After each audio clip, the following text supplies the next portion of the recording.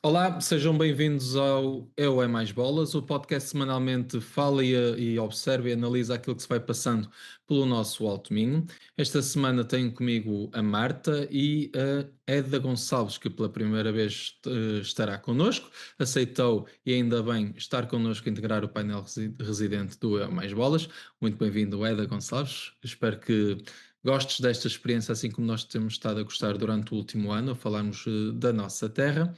E sem mais delongas, porque não tive tempo, confesso, durante a semana para reunir aquilo que foi acontecendo pelo nosso Alto Minho. Sou de umas coisitas, mas não achei relevante estar aqui a perder tempo, até porque temos temas bastante sumarentos pela frente para abordar, e por isso quero já dar, não à Eda, mas à Marta, hum, um, o tema da semana para começar esta análise, que quer nos falar das propostas de alteração ao orçamento do Estado para 2026 e aquilo que trazem ao Alto Minho, onde no fundo todas as propostas apresentadas pelo PCP, pelo Bloco de Esquerda e pelo Chega, de propostas de alteração, foram todas chumbadas, todas rejeitadas.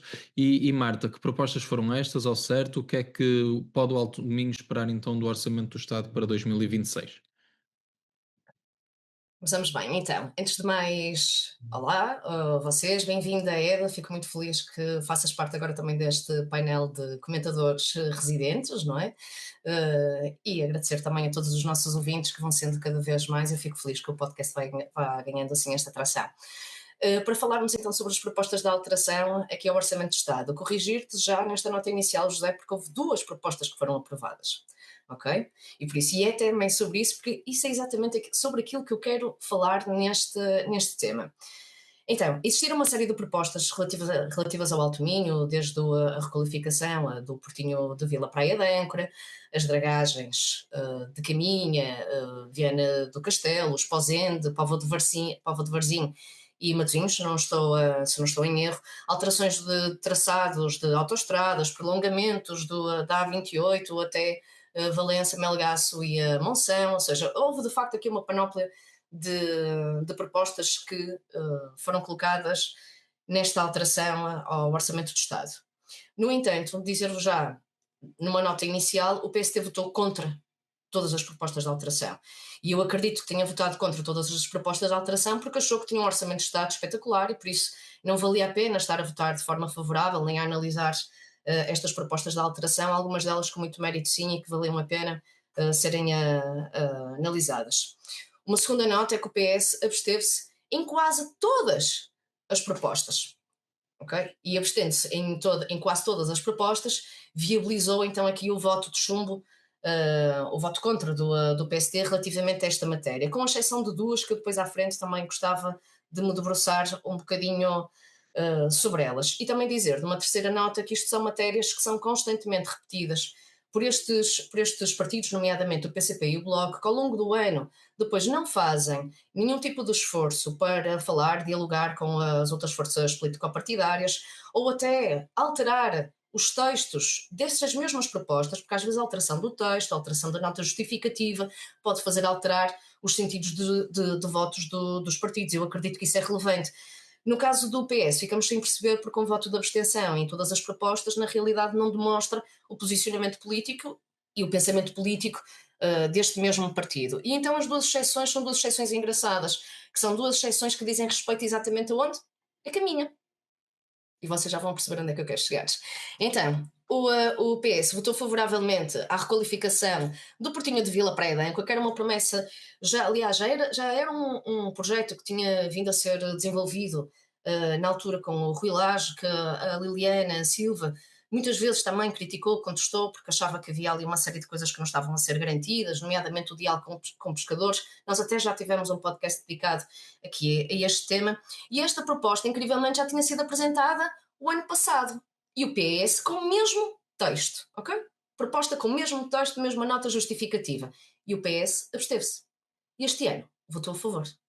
E por isso eu acredito que o facto de ter havido aqui uma disputa encaminha muito, muito afincada, porque relembro que a diferença de votos entre o Rui Lage e a Liliana Silva foram apenas de 30 votos. E eu acredito que desta forma é possível, ou seja, há aqui uma estratégia nacional de cooperação aqui com o local, no fundo, para fazer uma pressão ao executivo, inclusivamente da Liliana, embora a Liliana também não fique em bons lençóis, porque a partir do momento em que trouxe cá Luís Montenegro e Hugo Soares para fazerem parte da sua campanha, eles estiveram aqui na rua, e eu ouvi as declarações na altura da Liliana relativamente a esta matéria. Ela entregou um caderno de encargos ao então primeiro-ministro, e ele, na altura, afirmou que iria olhar com interesse para essas mesmas propostas, e na realidade deixou numa posição muito frágil, que é a posição de votar contra aquilo que foi um desígnio e uma das promessas que a Liliana fez aqui no município, ou seja, e demonstra esta tal desarticulação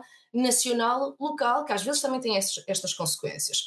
A nota, só que depois também temos o outro lado, que é quando o PS faz isto, também parece ser uma jogada de marketing e de pressão política, porque se o ano passado, para o mesmo texto, fizeram um voto de abstenção, e este ano votam favoravelmente, quer dizer, temos aqui de facto a Marina Gonçalves a exercer uma pressão grande sobre o seu grupo parlamentar, e bem, porque, atenção, ela é super talentosa, eu gosto muito da Marina, tenho-a em muito boa consideração, e acho que ela é uma figura muito relevante dentro do PS, e acho que é exatamente por causa disso, da relevância que ela tem dentro do PS, que foi possível então fazer aprovar estas duas propostas que dizem respeito ao concelho onde ela nasceu e cresceu. Qual é a outra proposta? Estás a falar das duas do Portinho, tanto a do Bloco como a do PC, ou mais alguma das que foram apresentadas? Não, só foram essas duas Ok, propostas, e houve a proposta das dragagens, ok, que no fundo propõem, porque o problema é que, por exemplo, mesmo no Portinho de Vila Praia de Âncora, é o assoreamento. sim. É Mas um, tu é como um dos falaste em problemas que duas, se queria colocam. só confirmar que, porque houve duas propostas para o Portinho, é essas duas, tanto a do Bloco como a do PC foram aprovadas, é isso? Ok. Foram viabilizadas mais as A da da dragagem. dragagem, Ok? sim, Pronto, ou seja, sim. são duas propostas, porque essas duas são iguais, não é? No fundo, elas estão São estruturadas complementares. de forma muito idêntica, exatamente, são complementares, mas no fundo eles até podiam ter feito um acordo entre eles, iam retirar uma proposta e ficava só outra. Cada um dos partidos resolveu assinalá-la, e está tudo bem, não há nada contra isso. E ele votou favoravelmente, por exemplo, a essa mesma proposta, e no caso das dragagens, depois absteve-se. Porquê? Porque elas envolviam então aqui uma série de conselhos, e não existe a mesma prioridade, como é óbvio, em todos os conselhos. Por isso é que eu estava a dizer antes, isto é importante ser dialogado e debatido ao longo do ano com as outras forças político-partidárias, para que naqueles sítios em que isto de facto é prioritário, possa ser alavancado. Senão, de outra forma, o que está a acontecer é que existem propostas sistematicamente iguais, ano após ano, e os partidos, como é óbvio, se quiserem manter alguma coerência política, não podem votar num ano sim e no outro ano não.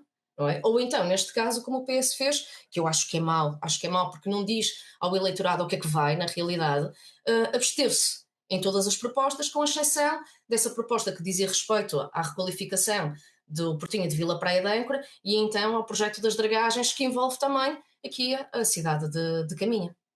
Eda, foi uma visão nacional a tentar aplicar-se localmente que levou a esta aprovação através de uma abstenção da proposta do Portinho de Vila Praia de Âncora?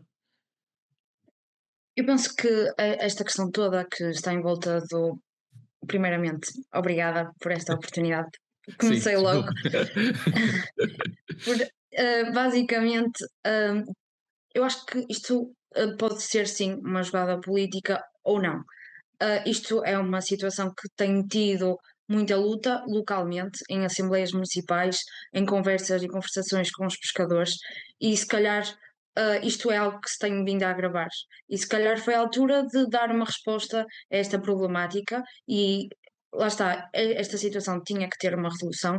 É uma comunidade com um número de pescadores e a dependência das famílias, existem muitas famílias dependentes da pesca, e isto estava a impossibilitar toda essa dinâmica. E lá está, numa região onde isso é tão importante, acho que foi uma tomada de postura correta. Não sei se será julgada política ou não, mas eu acho que foi também do agravamento, a mudança de posição, poderá muito ver-se ao agravamento das situações, e com o passar do tempo isto degrada-se e tem cada vez mais impacto no dia a dia das famílias, porque quanto mais tempo este problema continua, mais grave e mais dificuldades surgem para as famílias e para os pescadores.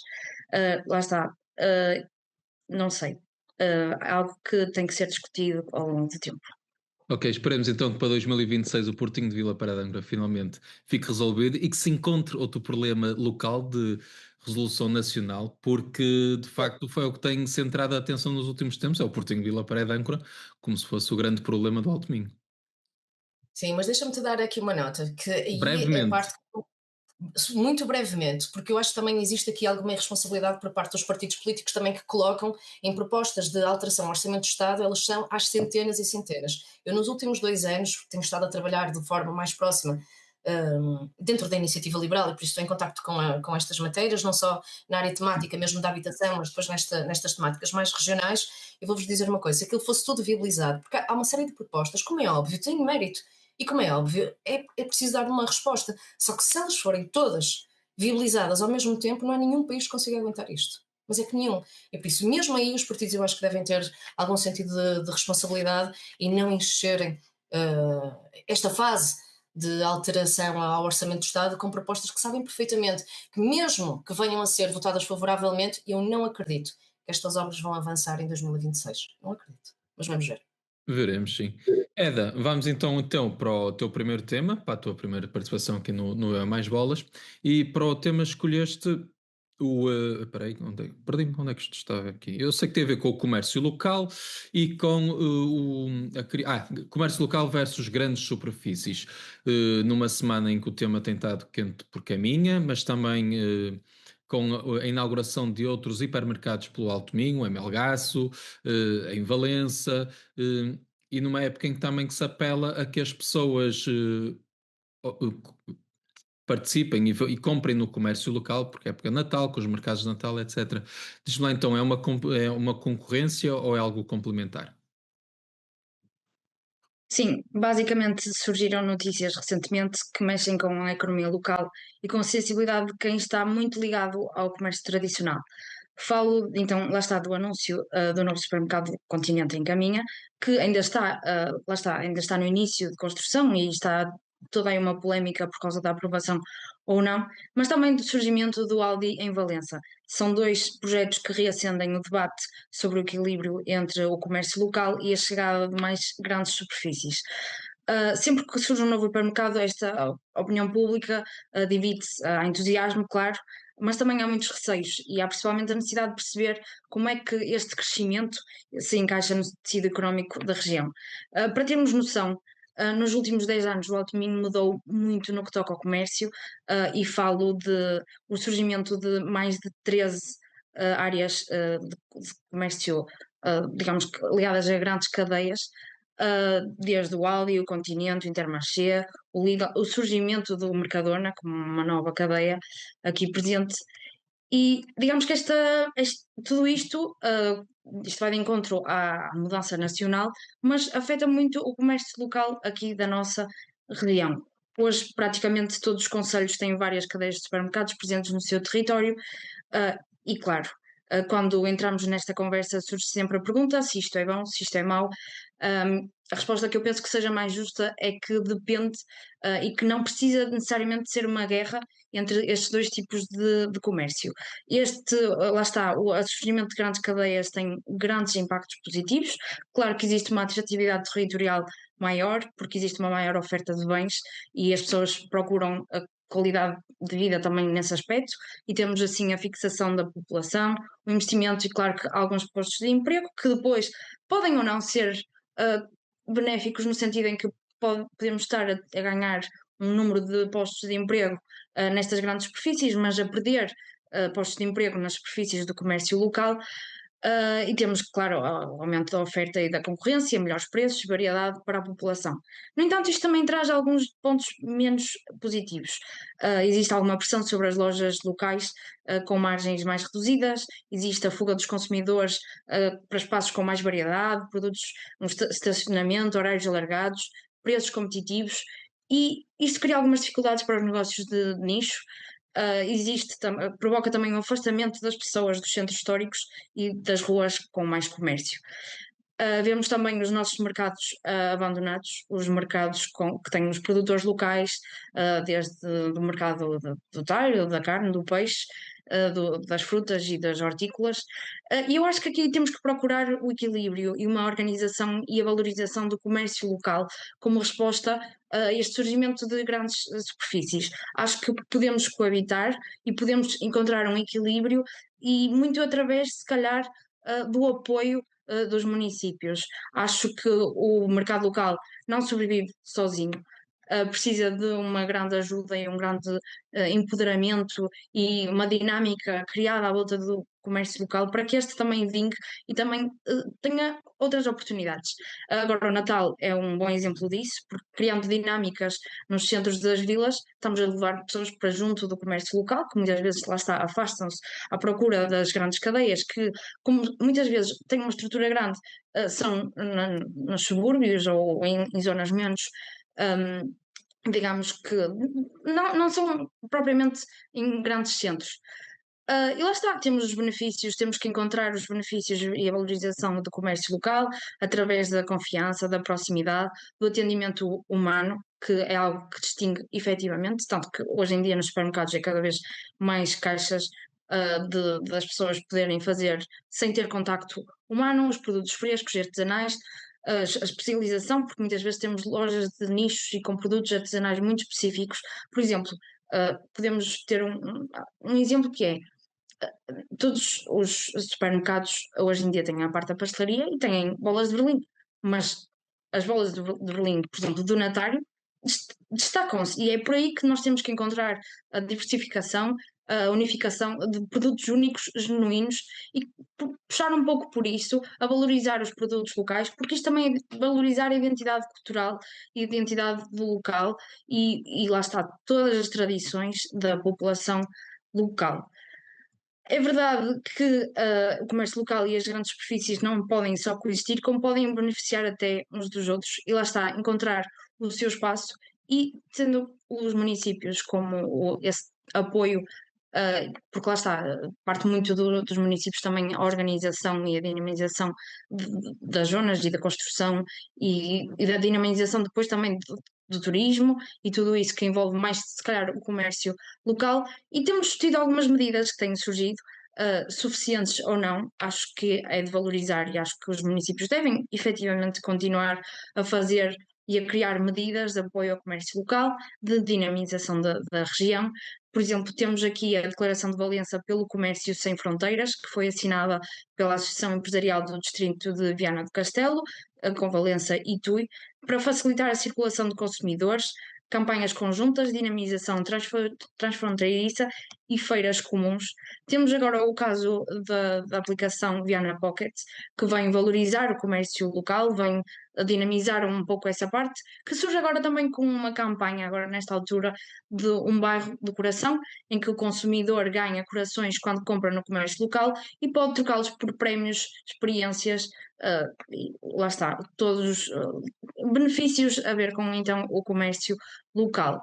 Acho que estas ativações e todas estas dinâmicas, seja até através da iluminação e da criação de espaços agora alusivos ao Natal nos centros das vilas, atraem as pessoas e as pessoas também, nesta altura que procuram, seja pela parte dos presentes, que seja pela disposição até de gastar um pouco mais na alimentação, na composição da mesa do seu Natal, acho que podem encontrar muitas respostas no comércio local e cabe muito, lá está, aos municípios, às associações empresariais, dar esse apoio, ajudar nessa dinamização, puxar as pessoas para esses meios, para lá está, criarmos aqui um equilíbrio e não deixarmos que muitos dos nossos centros, das nossas vilas, acabem por envelhecer. Comércios e lojas antigas que fazem parte da nossa identidade que acabam por desaparecer, porque lá está, não conseguem sobreviver a todo este dinamismo. Acho que uma das maneiras possíveis era os municípios e as associações empresariais, e que é algo que até têm feito, por exemplo, Monção criou um projeto de formação para a digitalização e acho que é muito por aí, ajudar também a que o comércio local evolua inove e esteja mais presente no dia-a-dia das pessoas e até dos turistas. Os turistas que passam por aqui, por exemplo, mais na altura de verão e que fazem as suas compras e que gostam do produto X ou Y de certas lojas, poderem comprá-los o ano todo. E lá está, isto parte muito do apoio, porque o comércio local não sobrevive sozinho e não é uma pequena loja que consegue criar estas dinâmicas, muito infelizmente, porque são estruturas muito pequenas. E é muito isto. Ok, Marta, fazendo-te um desafio enquanto, porque acredito que achas que o mercado funciona por si, achas que este tipo de apoios realmente fazem falta para que o comércio local sobreviva ou não? Achas que tem que ser as empresas a valerem por si, sejam elas pequeninas ou grandes? Bem, eu acho que nós temos que separar aqui um bocadinho as águas. Uma coisa são as grandes superfícies, que eu acho que aí competem de uma forma direta com o comércio tradicional, até por causa dos horários, não é? De terem horários alargados. Outra coisa são estas estas cadeias de hipermercados que podem competir com alguns setores do mercado tradicional. Por exemplo, ali no caso de Caminha, nós temos o mercado municipal e mais à frente vai surgir então aqui este supermercado. Mas temos também um Pingo Doce ao lado, e por isso não foi motivo pelo qual o mercado municipal de Caminha teve maior ou menor adesão. Por isso, eu desconfio sempre muito deste tipo de teorias. Acho que muitas vezes as pessoas têm medo, são aversas à mudança, têm medo da mudança. E às vezes é preciso tranquilizá-las em relação a estas mesmas mudanças, porque as mudanças muitas vezes podem trazer inclusivamente oportunidades. Ainda assim, eu acho que é importante sim valorizar o comércio tradicional. E acho que nós temos perdido uma oportunidade para o valorizar, até porque eu acho que as câmaras municipais também não estão propriamente preparadas para isso, nem tenho a certeza se isto seja completamente a sua competência, mas acho que há alguma coisa que é fundamental. E, por exemplo, que é exatamente o exemplo que a Eda trouxe aqui, de Viana do Castelo. A criação do Viana Pocket foi uma ideia da Associação Empresarial de Viana do Castelo, onde estão reunidos os empresários de Viana do Castelo, que apontam um conjunto, que fazem um diagnóstico, dizem quais são as suas necessidades e apontam soluções. E as associações fazem muito bem em estabelecer uma ponte com os executivos e dizer assim: olha, nós temos aqui um problema, nós temos aqui uma dificuldade, mas também temos aqui uma solução. E abrindo aqui a oportunidade de financiamento com fundos do PRR, que foi o que aconteceu aqui com a construção desta aplicação, foi possível criar uma aplicação que pode sim ajudar a dinamizar o comércio tradicional, mas não é a única coisa, não pode ser só por este lado. É preciso repensar os horários de abertura destas mesmas lojas. Nós aqui ao lado em Espanha, se fores, por exemplo, a Pontevedra, se estiveres lá a passear nas ruas às 3 da tarde, o comércio tradicional está todo fechado. E não é porque estão a fazer a cesta, porque quando olhas para os horários que estão fixados na porta, vês que as lojas da parte da tarde abrem das 5 às 8 da noite, ou das 5 às 9 da noite. E isto tem relevância, porque eles perceberam que o fluxo de pessoas que quando saem do trabalho, que é nesse momento que têm disponibilidade para ir ao mercado, ao comércio tradicional, ou então à hora do almoço em que está fechado, o comércio tradicional muitas vezes fecha à hora do almoço, que é quando as pessoas saem para ir almoçar, ou seja, não têm essa porta fechada, e quando saem dos trabalhos, o comércio tradicional também está a fechar. O que quer dizer que está a diminuir, esta questão dos horários está a fazer com que haja uma diminuição do público que vai e que pode frequentar este mesmo e consumir neste mesmo mercado tradicional e empurra-os completamente para as grandes superfícies que têm um horário completamente alargado e que dão resposta a estas dinâmicas familiares e estas dinâmicas do trabalho. Por isso, esta questão dos horários era uma coisa que deveria ser brutalmente pensada por toda a gente, inclusivamente pelos próprios comerciantes, que deveriam começar a entender e a perceber se o seu público-alvo não anda mesmo nas cidades e nas ruas durante os horários do final da tarde, por exemplo, que se calhar era muito mais importante. Mas existem também, lá está, outras coisas. A dinâmica, através das associações culturais, de valorização destas mesmas ruas, e termino já, de valorização destas mesmas ruas, também pode fazer com que as ruas se tornem mais atrativas. A criação, a Rua dos Livros, a Rua do Amor, ou seja, se houver ali pequenos negócios que sejam negócios que criem ali uma tendência, isto é possível de fazer, é possível convidar inclusivamente artistas e as associações culturais a participar neste dinamismo destas ruas. Mais, ainda existe mais ideias. É importante também arranjar soluções, e eu acho que é possível inclusivamente arranjar soluções ambientais e naturais para criar algumas zonas de coberto nestas mesmas ruas, para que, por exemplo, a chuva, que aqui no Minho é intensa nestes períodos do ano, não é? Nesta estação que nós estamos agora a viver, não cria exatamente este afastamento. E por isso, há aqui uma série de coisas que é possível fazer, que não exigem muito dinheiro por parte da autarquia, existe criatividade e existe sim um diálogo constante com estas associações empresariais, porque quem tem interesse em ter um negócio a florescer, obviamente que vai conseguir dar o input certo ao município para dizer ajude-me neste sentido, porque é por aqui que nós temos que ir. Por isso, eu acho que isso é muito importante. Ok, passamos então agora ao nosso Ora Bolas, com a Marta a querer falar do Conselho Vizinho de Cerveira, que é o município mais eficiente do Alto Minho. É mesmo assim ou é só mais um daqueles estudos como a da transparência em Viena?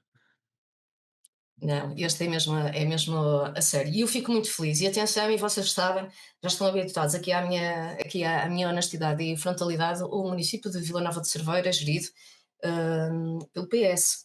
Mas o Rui Teixeira tem feito, de facto, um trabalho absolutamente extraordinário. Esta notícia que saiu então esta semana é resultado de um anuário que é feito já quase há 20 anos pela Ordem dos Contabilistas Certificados. E ele lançou no início do mês, no dia 4 de novembro, então a divulgação dos resultados dos diferentes municípios. Informo que existem 308 municípios no país. E neste momento o que eles fizeram foi um ranking dos 100 melhores, ou seja, os mais eficientes. E neste caso, ao nível do Alto Minho, até aparecem dois. Aparece Fonte de Lima, também destacado nos municípios de média dimensão, mas que tem vindo a perder, ou seja, a pontuação tem vindo, não é pontuação, a posição que ele ocupa no ranking tem vindo a descer, o que nos indica que existe aqui uma perda de autonomia financeira, ou seja, está ali a acontecer qualquer coisa em Ponte de Lima, que tem vindo de ano para ano, ok? De ano para ano eles têm vindo a perder posições e na tendência exatamente oposta está a Vila Nova de Cerveira, que tem vindo sempre a crescer posições e neste momento é um município de pequena dimensão mais eficiente do Alto Minho e eu só posso dar os parabéns ao Rui Teixeira e ao seu executivo. E eu que trabalho com câmaras regularmente na minha atividade profissional, sei bem a forma eficiente, descomplicada, de proximidade que o Rui, que o presidente Rui Teixeira pede aos seus colaboradores. Isso, eu reconheço muito esse trabalho, nomeadamente na área do urbanismo, eles funcionam extraordinariamente bem. Não ligam com complicómetro, é para agilizar, é para fazer, e estão ao lado inclusivamente dos técnicos, estão ao lado das pessoas, e eles querem efetivamente fazer crescer o município. Eu acredito que brevemente nós vamos ter aqui um grande exemplo de uma boa governação, é uma governação socialista, ou apoiada, porque eu acho que a visão dele até é muito mais ampla do que o socialismo, mas a verdade é que ele tem feito um excelente trabalho em Vila Nova de Cerveira e é mais uma vez para lhe dar os parabéns neste Hora Bolas. Ok. E agora, com a EDA, temos os debates presenciais e a lei do mais forte ou do ruído. Pronto, basicamente, digamos que nesta altura de campanha e digamos que muitos de nós absorvemos a maior parte, ou acabamos por ter uma visualização maior das, das, das, das mensagens destes candidatos a partir dos debates, porque são passados em televisão, são passados em horário nobre, mas estamos aqui outra vez com uma questão que já não dá para ignorar, que é a sensação de que muitas vezes não percebemos verdadeiramente as ideias dos candidatos, e não porque os temas sejam propriamente complexos, mas porque grande parte do debate se transforma num combate de interrupções, de atropelos, tentativas de falar mais alto do que o outro, e acabamos por, em vez de encontrar clareza, encontramos muito ruído, em vez de tempo para expor as propostas, temos disputas sobre quem fala mais alto, quem domina o espaço mediático, nos minutos escassos que cada um recebe. Digamos que a realidade e o formato dos debates em Portugal já é curto por si só.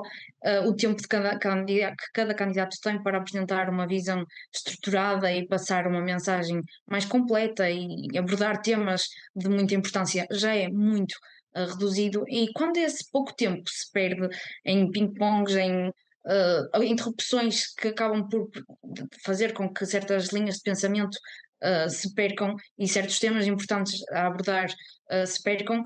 Acho que aqui o resultado é que o cidadão comum sai do debate com a mesma dúvida do com quem entrou. Não sabe exatamente o que cada candidato defende, sabe apenas quem interrompeu mais, quem falou mais alto e quem lançou a melhor provocação.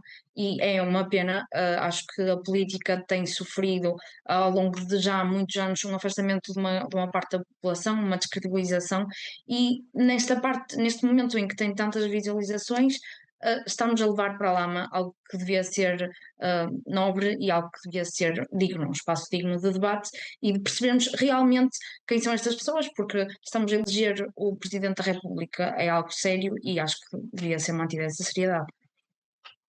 E de recordar que este episódio está a ser partilhado no dia da restauração da independência, não da implantação da República, mas da restauração da independência, 1 de dezembro de 1640. Avançamos a passos largos para o final deste nosso Muito bem, deixa-me episódio só de também hoje. dar, posso dar só uma nota também final sobre este tema da EDA, que eu acho que é super importante, de também fazer aqui salientar que aquilo que está a acontecer com o Diz. é verdadeiramente vergonhoso relativamente às sondagens. Ele tem recebido imensas queixas de manipulação de sondagens e por isso eu peço também atenção, porque isto é condicionamento também depois da opinião pública. Mas eu acho que nós podemos depois trazer aqui o tema novamente com a EDA, que eu acho que vale a pena até falarmos disto como tema e não como um ora-bolas. Ok. Não, isso será sempre como um hora-bolas, tratando-se de presidenciais, não sendo um tema nacional, não sendo um tema local, será sempre um hora-bolas. É a lei do mercado, neste caso, a falar. Avançamos então para a sugestão cultural e desta vez eu também trago uma, apesar de não poder estar presente. No próximo dia 13 de dezembro temos a cerimónia de encerramento da capital da cultura do Eixo Atlântico, em Viana do Castelo, com a atuação de Rodrigo Leão, no Teatro Municipal Sá de Miranda, que atua com o seu O Rapaz da Montanha. Já a Marta leva-nos até Caminha. Sim, exatamente. Caminha novamente aqui a Floresta Encantada, proposta também então da Liliana Silva nestas autárquicas deste ano. Vai inaugurar no dia 6 de dezembro, fica aberta esta Floresta Encantada até dia 21, para que toda a gente a possa visitar na Mata do Camarido, das 5 da tarde às 23 da noite. E a EDA, uma iniciativa que já começou em Valença, que já demos nota dela há um ano, exatamente também, mas que ela, não sabendo, mas certamente também por gostar, quer ir até Valença comer algum chocolate. É verdade, um pouco não daquilo que eu falei do comércio local. Temos aqui estes eventos que vêm atrair as pessoas para estes locais. Temos a Fortaleza do Chocolate que está de regresso a Valença, agora entre o dia 28 de novembro até ao dia 8 de dezembro. Durante estes 10 dias, a Fortaleza será o destino de eleição para os amantes do chocolate e teremos alguns pontos onde isto vai desenvolver, mais locais, como o Largo de Bom Jesus, na Coroada, e a Praça da República. Temos também o Largo do Governo Militar e o Baluarte do Faro, em Valença.